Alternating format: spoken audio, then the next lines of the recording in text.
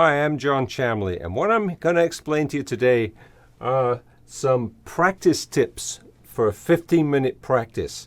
So I'm going to first of all explain why I chose 15 minutes, and I'm going to explain some of the pros and cons about doing a long practice versus doing a short practice, and then I'm going to explain the tips, and then I'm going to just mention a little bit about subscribing if you subscribe to this channel.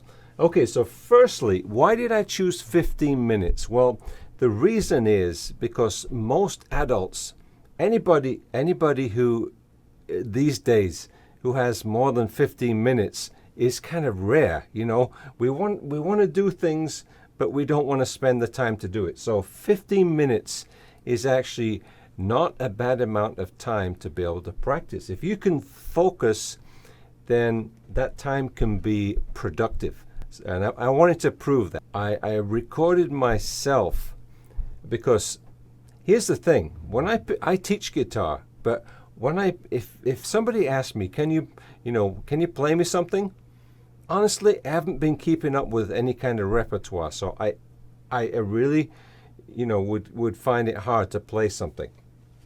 And I also play regularly in a church band, so we play every week. I play live, so but that's a different situation. We're preparing songs for particular singers. But this situation, if I want to play a solo something or other, I just didn't have anything. So that's one reason I wanted to use this 15 minutes. So what are the pros and cons about doing a short practice versus a long practice? Well, here are the pros. So firstly, it's very easy to schedule 15 minutes. It's not hard. Now, secondly, it's a short time to focus, and what actually I found that it does is it really makes you aware of the time that you're spending to practice. So okay, I've got 15 minutes, you have your clock in front of you, and you're thinking, well, I got to get this and that and this and that done. So you get things done quickly. Then the next point is that after 15 minutes, many times I felt, well, I could just go on and practice more. And I want to talk about that in a minute. So here are the cons. The cons are that what I found myself doing is thinking, oh, it's only 15 minutes, I can do it at the end of the day. And then it gets later and later and later, and then I find that it's too late, and especially if I'm going to upload this to YouTube. So that's one thing to be aware of. If you do this, be very careful and try and do it earlier in the day. So the second thing is 15 minutes is not really enough to get a lot of things done and to do a lot of detail, because by the time you warmed up and you start to do something, then you're in such a rush that you kind of skip over the details. But it's not bad, because what I did with the 30-day practice is I found that at the end of it, I wanted to try to show something, that I achieved something. So what I ended up doing was practicing 30 minutes or an hour, and getting those practices in at the end, which were really beneficial, because after you've spent 30 days doing something, then you've got a foundation, and then it's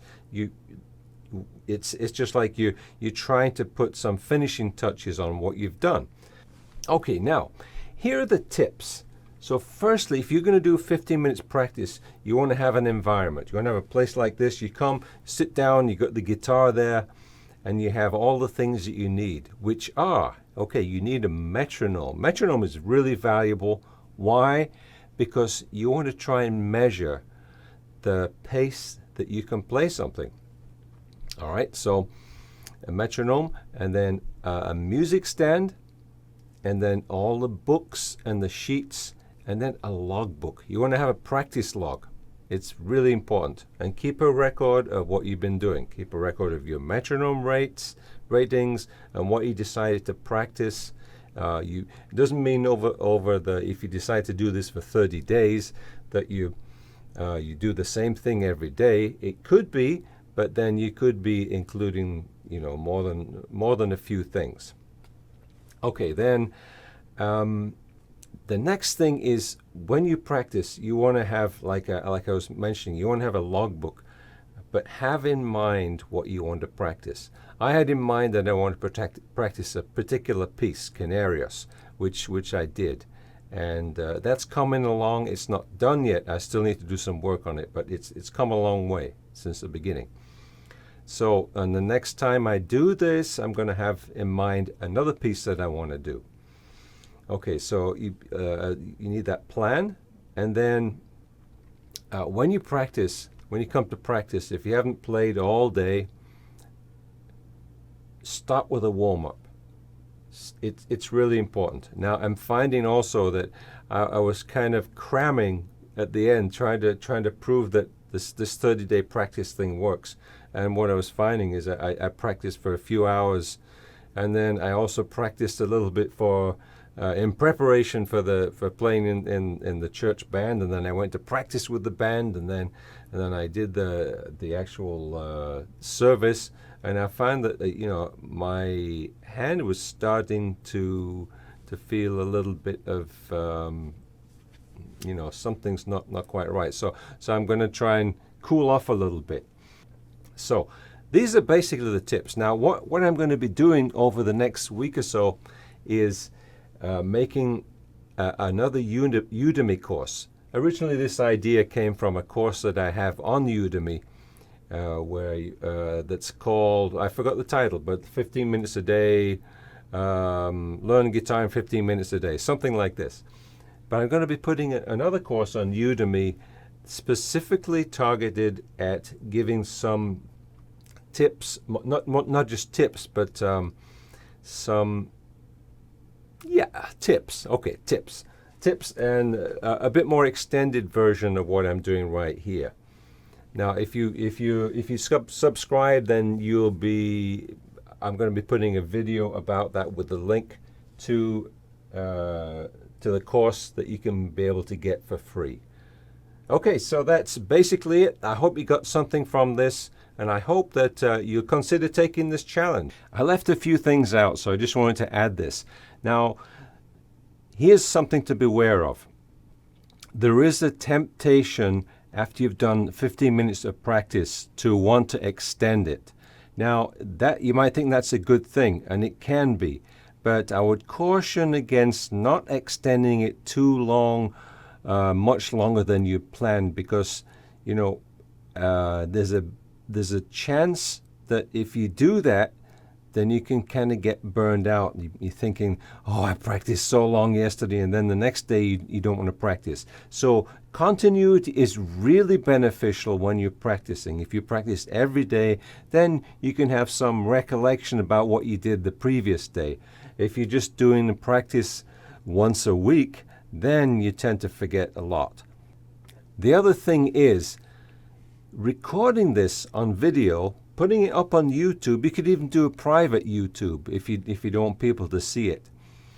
But it's really beneficial because what you can do is you can go back and watch, and you can see day 1, day 2, day 3, then you go see later on, and then after a certain time period, like I decided to do 30 days, you can really see a change in what you've done, and then you can feel, oh, this is really helping me to make some progress, even just 15 minutes a day.